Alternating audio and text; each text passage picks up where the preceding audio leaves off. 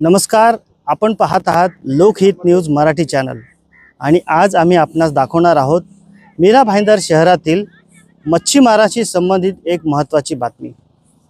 मीरा भाईंदर शहरामध्ये उत्तन हा एक असा परिसर आहे जिथे मोठ्या प्रमाणात मच्छीमार बांधव राहतात आणि या सर्व बांधवांचा एकच मुख्य व्यवसाय आहे, तो म्हणजे मच्छीमारी। दरवर्षी 31 मे रोजीपर्यंत मच्छीमारीचा व्यवसाय चालतो आणि 31 मे रोजीपर्यंत मच्छीमारीचा हंगाम असतो। परंतु यावर्षी लवकर पाऊस झाल्यामुळे राज्य शासनाने लवकर मच्छीमारी संपवण्याचा निर्णय घेतला आणि मच्छीमारांना बोटी परत बोलवण्याचा इशारा दिला आहे। त्यामुळे मच्छीमारीचा हंगाम मे महिन्याच्या सुरुवातीलाच संपलेला आहे, म्हणजेच 15 ते 20 दिवस अगोदरच मच्छीमारीचा हंगाम संपलेला आहे। त्यामुळे मच्छीमारांचा लाखो रुपयांचं नुकसान झालेलं आहे। महाराष्ट्र सरकारने मच्छीमारी व्यवसायाला शेतीचा दर्जा दिलेला आहे आणि त्यानुसार त्यांना नुकसान भरपाई देखील मिळावी अशी मागणी मच्छीमार बांधवांची आहे। परंतु आजतागायत त्यांना कुठल्याही प्रकारची मदत राज्य शासनाकडून मिळालेली नाही। अशाच प्रकारे आम्ही आज आलो आहोत उत्तनचे भाटेबंदर इथे आणि इथे जे मच्छीमारीचा व्यवसाय करणारे जे महिला आहेत, ज्या भगिनी आहेत, त्यांच्याशी आम्ही जाणून घेण्याचा प्रयत्न केला की जो मच्छीमारीचा हंगाम लवकर संपलेला आहे त्यामुळे यांचे किती नुकसान झाले आहे आणि त्यांना शासनाकडून मदतीची काय अपेक्षा आहे। चला जाणून घेऊयात काय म्हणणं आहे त्यांचं या संदर्भात। माझे नाव प्रिया मोटेगर, आम्ही राहायला भाटेबंदर वेलेनकन्नी रोड। आमची समस्या काय आहे म्हणजे आम्ही मच्छीमार आहोत, आमचा मच्छीचा व्यवसाय आहे। 8-10 दिवस झाले आम्ही घरीच बसलेले आहोत। त्यानंतर आता हवामान खात्याने म्हणजे मध्ये आमच्या बोटी जायला नाही देत। मग आता आम्ही मच्छीमार लोकांनी काय करावा तो म्हणजे निर्णय सरकारने घेतला पाहिजे। आमचा म्हणजे आमचा व्यवसाय एकच आहे, मासलीचाच व्यवसाय आहे, आम्हाला दुसरा काय पर्याय नाही आहे।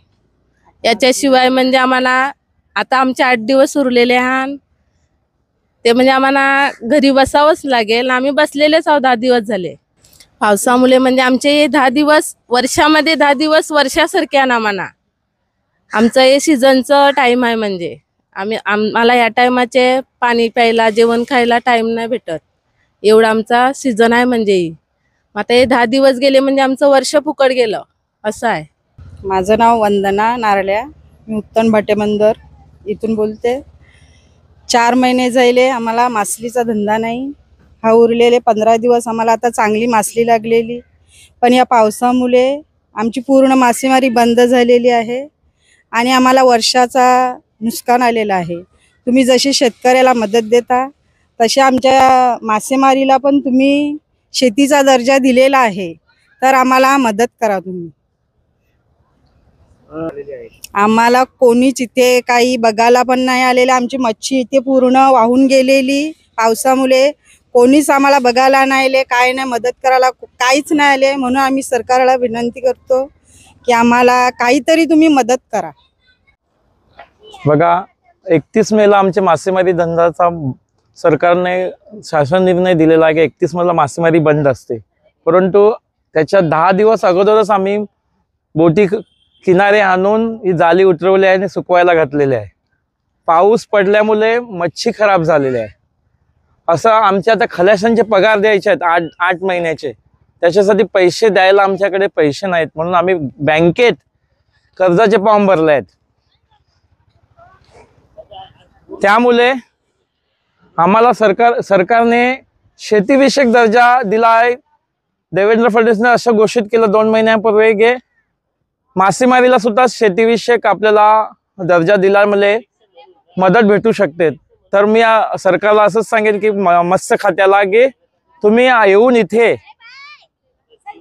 पंचनामे करावे, जेणेकरून किती बोटीचे पंचनामे करा किंवा मासलीचे पंचनामे करा, जेणेकरून ती सरकारला पहिल्यांदा सरकार मदत करेल असं आम्हाला इथून म्हणजे निर्णय भेटेल आम्हाला। म्हणून आम्ही सरकारला सांगतोय की तुम्ही जसे शेतकऱ्यांचे त्यांच्या बांधावर जाऊन पंचनामे करतात तसे आमच्या समुद्र किनारी येऊन या मासली सुकवण्याच्या जागेवर येऊन मासलीचे पंचनामे करा, किंवा बोटीवर जाऊन जे समुद्रकिनारी बोटी आमच्या लागलेल्या आहेत तिथे जाऊन पंचनामे करून सरकारने आम्हाला मदत करावी, एवढी कलकलीची विनंती आहे. तर आपण पाहिलं अशा प्रकारे उत्तनच्या मच्छीमार बांधवांची फारच बिकट अवस्था झालेली आहे. मच्छीमारीचा हंगाम लवकर संपल्यामुळे या मच्छीमारांचा लाखो रुपयांचं नुकसान झालेलं आहे. तसं पाहिलं तर उत्तनच्या मच्छीमारांचा फक्त एकच व्यवसाय आहे, ते फक्त एकाच व्यवसायावर अवलंबून आहेत, तो म्हणजे मच्छीमारीचा. आणि अशा प्रकारे त्यांच्यावर जो नैसर्गिक संकट आलेला आहे आणि त्यामुळे त्यांचे लाखो रुपयांचे नुकसान झाले आहे. त्यामुळे आता यांना उपासमारीची वेळ येणार आहे. आणि म्हणून उत्तनच्या मच्छीमार बांधवांची एकच मागणी आहे की राज्य शासनाने लवकरात लवकर त्यांना मदत जाहीर करावी, त्यांच्या नुकसानीचे पंचनामे करावेत आणि त्यांना लवकरात लवकर नुकसान भरपाई मिळावी अशी त्यांची मागणी आहे. आता पाहावं लागेल की या सर्व विषयावर महाराष्ट्र शासन काय निर्णय घेणार आणि का खरोखर त्यांना मदत मिळेल हा एक मोठा प्रश्न आहे. या विषयाशी संबंधित यापुढे जे काही अपडेट असतील ते आम्ही तुम्हाला नक्कीच दाखवू. आपण पाहत रहा लोकहित न्यूज मराठी चॅनल. धन्यवाद.